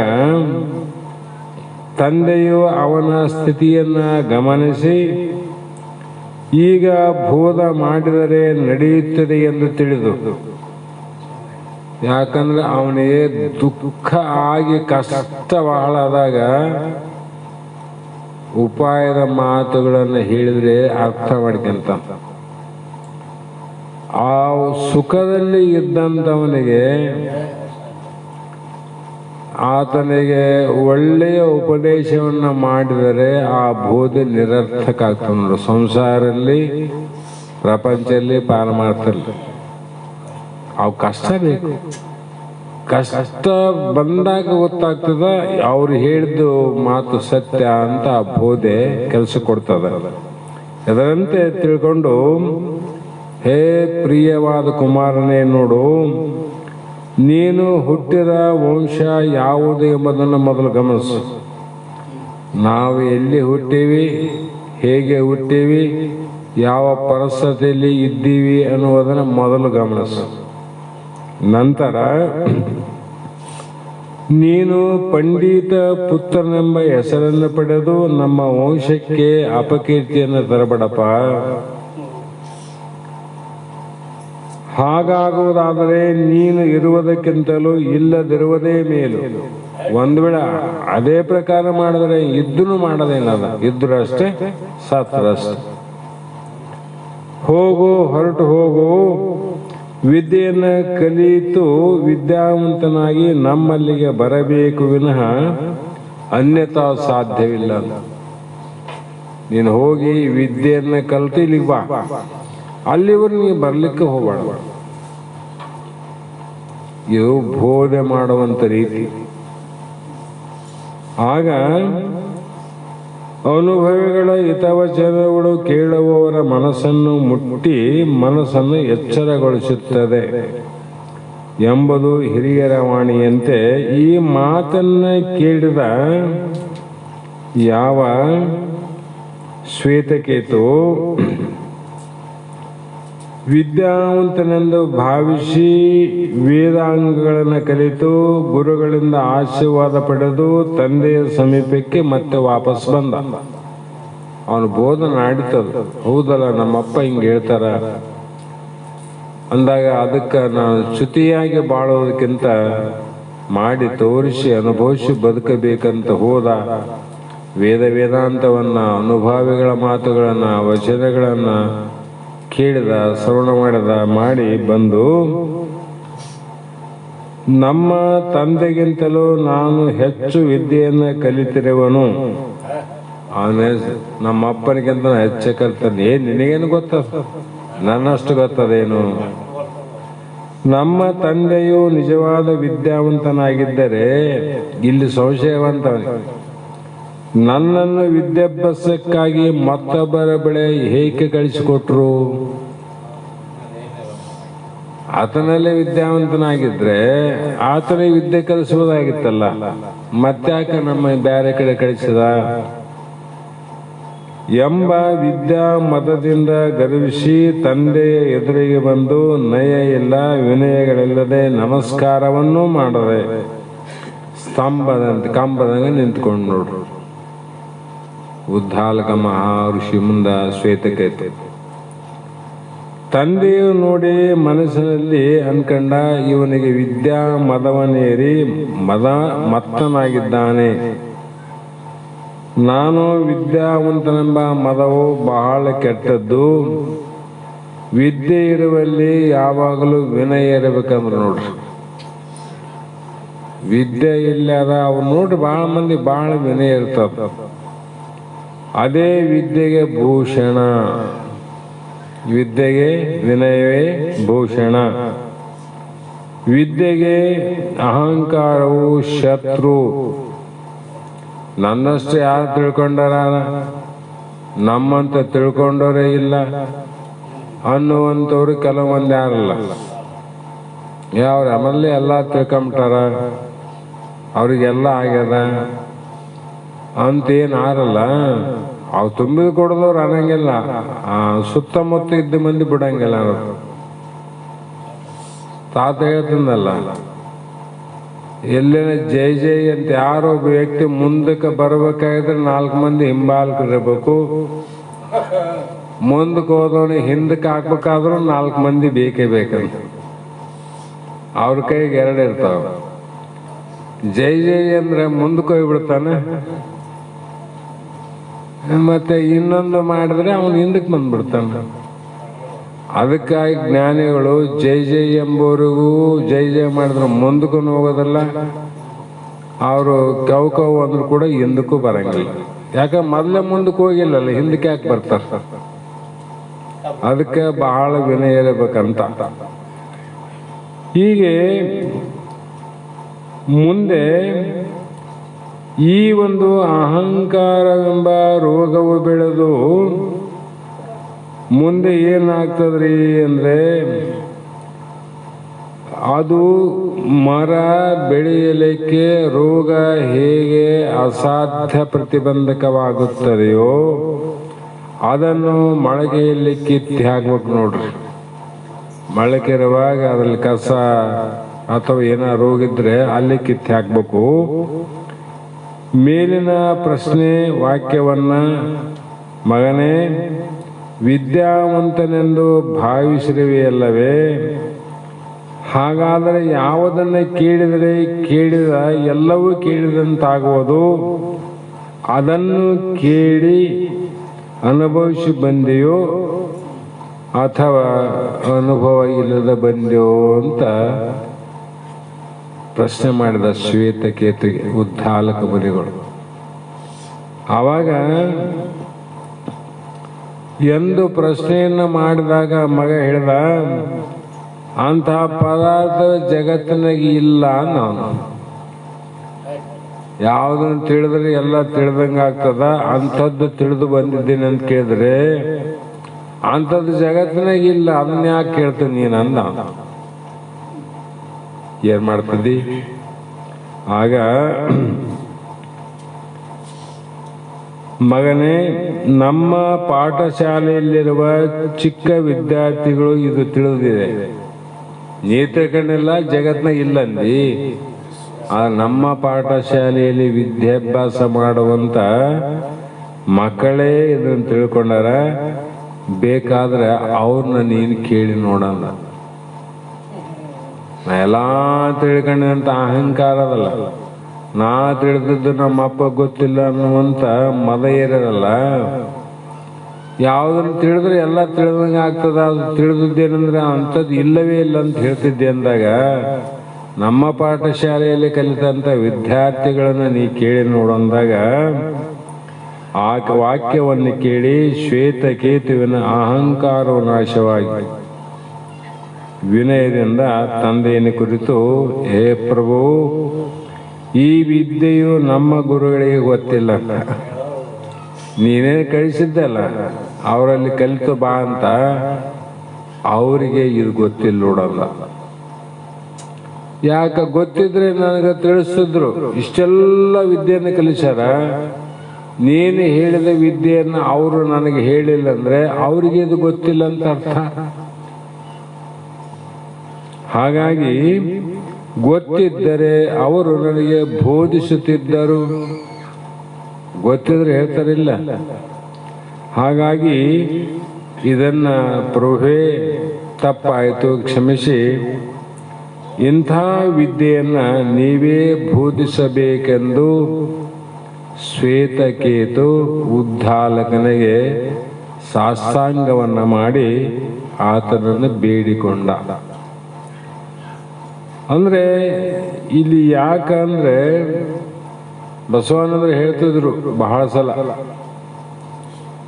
ಹುಟ್ಟಿದ ಮಗನಿಗೆ, ಮುಟ್ಟಿದ ಸ್ತ್ರೀಯಳಿಗೆ, ಹುಟ್ಟಿದ ಊರಿನವರೆಗೆ ಜ್ಞಾನಿಯನ್ನ ಕಂಡು ಹಿಡಿಯಲಿಕ್ಕೆ ಸಾಧ್ಯನೇ ಇಲ್ಲ ಅನ್ನೋ ಮಾತನ್ನು ಹೇಳ್ತಿದ್ರು ಅವರು. ಅದಕ್ಕೆ ಉದಾಹರಣೆ ಇದೇ ನೋಡ್ರಿ, ಉದ್ದಾಲಕ ಶ್ವೇತಕೇತು. ಎಂತೆಂಥ ಮಹಾಜ್ಞಾನಿಗಳು ಉದ್ದಾಲಕ ಮಹರ್ಷಿಗಳಲ್ಲಿ ಆತ್ಮವಿದ್ಯೆಯನ್ನು ಕಲಿತು ಹೋದ್ರು. ಆದ್ರೆ ಸ್ವತಃ ಮಗನಿಗೆ ಇವನೇನು ಅನ್ನೋ ಭಾವ ಬಂತು ನೋಡಿ, ವಿಶ್ವಾಸ ಬಂತೇನು ಜ್ಞಾನಿ ಅಂತ. ಮೂವರಲ್ಲೇ ಬರೋದು ಬಹಳ ಕಷ್ಟ. ಬಂತು ಏನಾದ್ರೆ ಅವರಂತ ಜೀವನ ತೃಪ್ತಿ ಇನ್ನೊಂದಿಲ್ಲ. ಮುಗಿದೋಯ್ತು, ಅವ್ರ ಜ್ಞಾನಿಗಳೇ. ಬರೋದು ಕಷ್ಟ, ಬಂತು ಅಂದ್ರೆ ಮುಗೀತು ನೋಡ್ರಿ.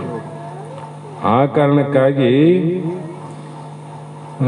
ಸಮಯ ಆಗಿದೆ. ಮತ್ತು ಇವತ್ತ ಅಮಾವಾಸ್ಯೆ, ನಾಳೆ ದಿನ ಬಲಿಪಾಡ್ಯಮಿ.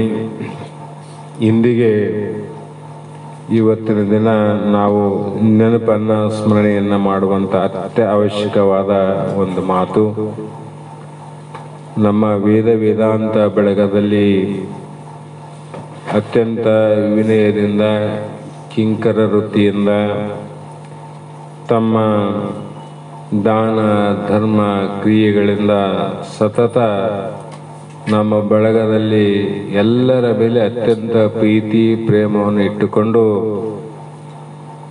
ಗುರು ಸೇವಾದಿಗಳನ್ನು, ಶಾಸ್ತ್ರಾದಿಗಳನ್ನು ಶ್ರವಣ ಮಾಡಿ ಅಂತಿಮದಲ್ಲಿ 2 ವರ್ಷದ ಹಿಂದೆ ಇವತ್ತಿಗೆ ನಮ್ಮ ದಯಾಸಾಗರ್ ಅವರ ಧರ್ಮಪತ್ನಿಯಾದಂಥ ಶ್ರೀಮತಿ ರಾಮಲಕ್ಷ್ಮಿ ತಾಯಿಯವರು ತಮ್ಮ ದೇಹವನ್ನು ಬಿಟ್ಟು 2 ವರ್ಷ ಆಯಿತು. ಅವರ ಅಂತಿಮ ಸಂಸ್ಕಾರ ಸದ್ಗುರು ಬಸವಾನಂದರ ಸಿದ್ಧಾರೂಢರ ಮಹಾಮಠದ ಮಲ್ಲಾಪುರ ಮಠದಲ್ಲಿ ಅಂತಿಮ ಸಂಸ್ಕಾರ ಆಯಿತು. ತಮಗೆಲ್ಲ ಗೊತ್ತಿದ್ದ ವಿಷಯ. ಇಂಥ ಒಂದು ಸಂದರ್ಭದಲ್ಲಿ ಅಂಥ ಪುಣ್ಯಾತ್ಮರನ್ನ ಪುನಃ ನಾವು ಜಗತ್ತಿನಲ್ಲಿ ಇಲ್ಲ ಅಂತಲ್ಲ, ಅಂಥವ್ರನ್ನ ಪದೇ ಪದೇ ನೋಡುವಂಥದ್ದು ಬಹಳ ಕಷ್ಟವಾದ ಕಾಲ. ಅಂಥ ಒಂದು ವ್ಯಕ್ತಿಗಳನ್ನು ಇವತ್ತು ದೇಹ ಬಿಟ್ಟು 2 ವರ್ಷ ಆದರೂ ಕೂಡ ಅವರ ಅಗಲಿಕೆ ನಾಮರೂಪದಿಂದ ಅಗಲಿದ ವಿನಃ ಅಸ್ಥಿಭಾತಿ ಪ್ರಿಯ ರೂಪದಿಂದ ಸದಾ ಅದು ಸಾಕ್ಷಿಯಾಗಿ ಬೆಳಗುವಂಥ ಪರವಸ್ತು ಅನ್ನುವಂಥ ನೆನಪನ್ನು ಮಾಡಿಕೊಳ್ಳುತ್ತಾ ಅವರ ಕುಟುಂಬದ ಸರ್ವರಿಗೂ ಕೂಡ ಇಂಥ ಆತ್ಮಜ್ಞಾನದ ಅಪರೋಕ್ಷ ಜ್ಞಾನವನ್ನು ಪಡೆದುಕೊಂಡು ಅವರ ಜನ್ಮವನ್ನು ಸಾರ್ಥಕ ಮಾಡಿಕೊಳ್ಳಲಿ. ಅವರ ಕುಟುಂಬದವರಿಗೂ ಕೂಡ ಇಂಥ ವ್ಯಕ್ತಿಗಳನ್ನು ಸ್ಮರಣೆಯನ್ನು ಸ್ಮರಿಸುವಂಥ ಒಂದು ಯೋಗವನ್ನು ಸದ್ಗುರು ಬಸವಾನಂದರು ಸಿದ್ಧಾರೂಢ ಮಹಾಸ್ವಾಮಿಗಳು ಅವರಿಗೆ ಪ್ರಾಪ್ತಿ ಮಾಡಿಕೊಡಲಿ ಅಂತಕ್ಕಂಥ ಮಾತನ್ನು ಹೇಳ್ತಾ ಇವತ್ತಿನ ಶಾಸ್ತ್ರದ ವಾಕ್ಪುಷ್ಪಗಳನ್ನು ಗುರುಪಾದಕ್ಕೆ ಸಮರ್ಪಿಸಿ ನಾವು ನೀವು ಕೃತಾರ್ಥರಾಗೋಣ ಎನ್ನುವ ಮಾತನ್ನು ಹೇಳ್ತಾ ಮಂಗಲವನ್ನು ಹೇಳೋಣ. ಶಿವಾಯ ನಮಃ ಶಿವಾಯ ನಮಃ ಶಿವಾಯ ನಮಃ ಶಿವಾಯ ನಮಃ ಶಿವಾಯ ನಮಃ ಶ್ರೀ ಗುರು ವಚನೋಪದೇಶವನಾದೇಶಿ ಆಗಳವುದು ನರರಿಗೆ ಮುಕುತಿ. ಶ್ರೀ ಗುರು ವಚನೋಪದೇಶವನಾದೇಶಿ ಆಗಳವುದು ನರರಿಗೆ ಮುಕುತಿ. ದುರಿತ ಕರ್ಮವನೊಲ್ಲದಿರು ಪುಣ್ಯವನೇ ಮಾಡೋ ಅರನಡಿ ವಿಡಿ ಶಾಂತರೊಡನಾಡೋ. ದುರಿತ ಕರ್ಮವನೊಲ್ಲದಿರು ಪುಣ್ಯವನೇ ಮಾಡೋ ಅರನಾಡಿ ಬಿಡಿ ಶಾಂತರೊಡನಾಡೋ. ಕರುಣವಿರಲಿ ಜೀವರುಳು ನೀತಿ ವಿಧಾನಗು ಪೊರೆ ಪೊರ್ದಿದರನೆಂದು ಬೆಸಸುವ. ಗುರು ವಚನೋಪದೇಶವನಾಲಿಸಿ ಆಗಳವುದು ನರರಿಗೆ ಮುಕುತಿ. ನಿಂದಿಸಿ ನುಡಿಯದಿರಾರನ್ನು ಮನಸ್ಸಿಗೆ ಬಂದಂತೆ ನಡೆಯದಿರಿಯದಲ್ಲಿ. ದೇಸಿ ನುಡಿಯಾದಿರಾರನ್ನು ಮನಸ್ಸಿಗೆ ಬಂದಂತೆ ನಡೆಯದಿರಿಯದಲ್ಲಿ. ಕುಂದುವಡಿಯದಿರು ಕಾಮಾದಿಗಳನ್ನು ಜೈಸೆಂದು ಕೈವಿಡಿದನು ಗ್ರಹಿಸುವ. ಗುರು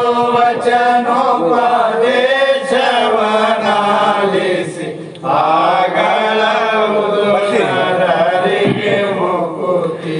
ಭವಮಾಲೆಗಳ ಸುಪೂಷಿಯದಿರೆಡರು ಬಂದು ಕವಿಯಲಂಜದಿರು ಸಂಪದದೋಳು. ಗುರು ವಚನೋಪದೇಶವನಾಲಿಸಿ ಆಗಳವುದು ನರರಿಗೆ ಮುಕುತಿ. ತವೆ ಮದ ಅಳಿದಿರು ತತ್ವ ಸಂತತಿಯನ್ನು ವಿವರಿಸಿ ನೋಡೆಂದು ತಿಳುಪುವ. ಗುರು ವಚನೋಪದೇಶವನಾಲಿಸಿ ಆಗಳವುದು ನರರಿಗೆ ಮುಕುತಿ. ಬಳಸದಿರದ್ವೈತವನು ಬಾಯದೊಳು ನಿನ್ನೊಳಗೆ ಕೋಭಾವನೆ ಒಡಗೂಡೋ. ಸಾಧಿರದ್ವೈತವನು ಮಾಯದೊಳು ನಿನ್ನೊಳಗೆ ಕೋಭಾವನೆ ಒಡಗೂಡು. ತಿಳಿದು ಸಮಯ ನಿಷ್ಠೆಗಲಿ ವೇದ ವಿಧ ಭಕ್ತಿಗಳ ನಗಲದಿರೆಂದು ಉಸರುವ. ಗುರು ವಚನೋಪದೇಶವನಾಲಿಸಿ ಆಗಳವುದು ನರರಿಗೆ ಮುಕುತಿ. ಆರು ನಾನೆಂದು ವಿಚಾರಿಸು ವಿಷಮ ಸಂಸಾರವಿದನು ಕನಸೆಂದರಿ ನಾನೆಂದು ವಿಚಾರಿಸು ವಿಷಮ ಸಂಸಾರವಿದನು ಕನಸೆಂದರಿ ಮಾರ ಮರ್ದನ ಶಂಭೋಲಿಂಗವನೊಲಸಿ ಗಂಭೀರ ಸುಖದೋಳಿರೆಂದರ ಪೂವ ಗುರು ವಚನೋಪದೇಶವನಾಲಿಸಿ ಆಗಳಬಹುದು ನರರಿಗೆ ಮುಕುತಿ ಶಿವಾಯ ನಮೋ ಜೈ ಗುರು ಜೈ ಗುರು ಜೈ ಗುರು ಜೈ ಗುರು ಜೈ ಗುರು ಜೈ ಗುರು ಜೈ ಗುರುನಾಥ ಗುರು ಜೈ ಗುರು ಜೈ ಗುರು ಜೈ ಗುರು ಜೈ ಗುರು ಜೈ ಗುರು ಜೈ ಗುರುನಾಥ ಗುರುರಾಜ ಸಿದ್ಧಾರೂಢ ಸಮರ್ಥ ಬೆಳಗುವೆ ನಾರತಿಯ ಗುರುವರ ಬೆಳಗುವೆ ನಾರತಿಯ ಗುರು ರಾಜ ಸಿದ್ಧಾರೂಢ ಸಮರ್ಥ ಬೆಳಗುವೆ ನಾರತಿಯ ಗುರುವರ ಬೆಳಗುವೆ ನಾರತಿಯ ಮೋಕ್ಷಾಪೇಕ್ಷೆಗೆ ತತ್ವಂ ಪದದ ಅರ್ಥವ ಬೋಧಿಸಿದೆ ಗುರುವರ ಅರ್ಥವ ಬೋಧಿಸಿದೆ ಉಕ್ಷಾವಾಹನ ಶಂಕರ ನಾಮೋಚ್ಚಾರವ ಮಾಡಿಸಿದೆ ಗುರುವರ ಉಚ್ಚಾರವ ಮಾಡಿಸಿದೆ ಶ್ಯಾಮಧಾಮ ಶ್ರೀರಾಮ ಅಭಿನ್ನ ಶಂಕರ ನೀನಿರುವೆ ಗುರುವರ ಶಂಕರ ನೀನಿರುವೆ ಕಾಮ ಕ್ರೋಧವ ನಾಶಿಸಿ ಜಗದೊಳು ಶಾಂತಿಯ ಬೀರಿದೆ ಗುರುವರ ಶಾಂತಿಯ ಬೀರಿದಿ ಶರಣ ಭಜಕರ ದುರಿತ ವೃಂದವ ತ್ವರಿತದಿ ನಾಶಿಸಿದೆ ಗುರುವರ ತ್ವರಿತದಿ ನಾಶಿಸಿದೆ ವರಭೂಲತಾಪುರ ದೈವದಿಂದಲೇ ನಿರುತದಿ ವಾಸಿಸಿದೆ ಗುರುವರ ಹರುಷದಿ ವಾಸಿಸಿದೆ ಗುರುರಾಜ ಸಿದ್ಧಾರೂಢ ಸಮರ್ಥ ಬೆಳಗುವೆ ನಾರತಿಯ ಗುರುವರ ಬೆಳಗುವೆ ನಾರತಿಯ ಹರಂ ಚೈತನ್ಯಂ ಶಾಶ್ವತಂ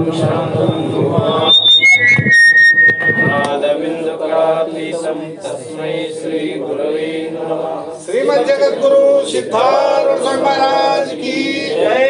श्री सद्गुरु शिवपुत्र स्वामी महाराज की जय। श्री सद्गुरु बसवानंद स्वामी महाराज की जय। श्री सद्गुरु अरविंद महाराज की जय। सकल साधु संत महाराज की जय। जय मंगलम जय नमः।